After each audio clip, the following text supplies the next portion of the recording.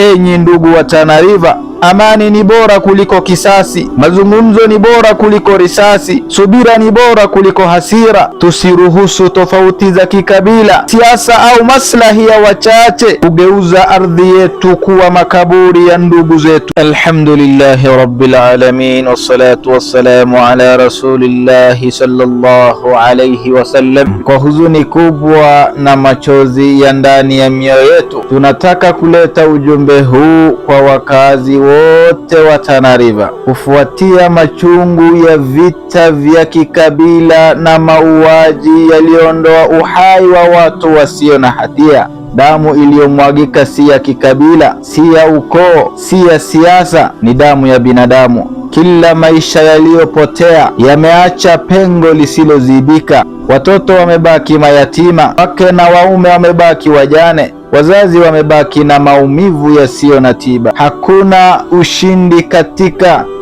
kumuua mwenzako, hakuna heshima katika kumwaga damu, hakuna haki katika kulipiza kisasi kwa uovu. Vita vya kikabila havijawahi kuleta maendeleo, bali kuacha uchungu, chuki na laana ya vizazi. Tunawakumbusha kwa unyenyekevu na uchungu kwamba Mwenyezi Mungu ameharamisha damu ya mwanadamu pale Allah subhanahu wa ta'ala aliposema, wala taqtulu an-nafsa allati harrama Allahu illa bilhaq, na wala msiue nafsi ambayo Mwenyezi Mungu subhanahu wa ta'ala ameharamisha kuua isipokuwa kwa haki.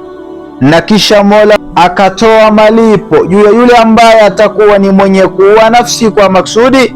Allah akasema, yule ambaye atakuwa ni mwenye kuua nafsi kwa maksudi, basi atakuwa malipo yake ni moto wa Jahannam na atakaa kule ndani milele.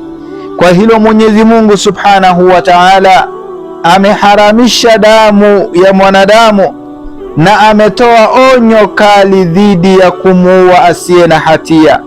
Atakaye shiriki, apange, achochee au afurahie umwagaji wa damu, basi anabeba mzigo mzito mbele ya Allah na mbele ya historia ya umma. Enyi ndugu wa Tana River, amani ni bora kuliko kisasi, mazungumzo ni bora kuliko risasi, subira ni bora kuliko hasira. Tusiruhusu tofauti za kikabila, siasa au maslahi ya wachache kugeuza ardhi yetu kuwa makaburi ya ndugu zetu. Turejee kwenye utu, huruma, hofu ya Mungu na busara. Tuwalinde watoto wetu wasirithi chuki, bali warithi amani. Tunaombea rehema marehemu wote na waombea faraja waliopoteza wapendwa wao. Tunamuomba Mwenyezi Mungu ailinde Tana River, aiunganishe mioyo ya watu wake na aondoe fitna, chuki na umwagaji wa damu. Amani iwe chaguo letu, maisha ya binadamu yaheshimiwe. Wassalamu alaikum wa rahmatullahi wa barakatuh.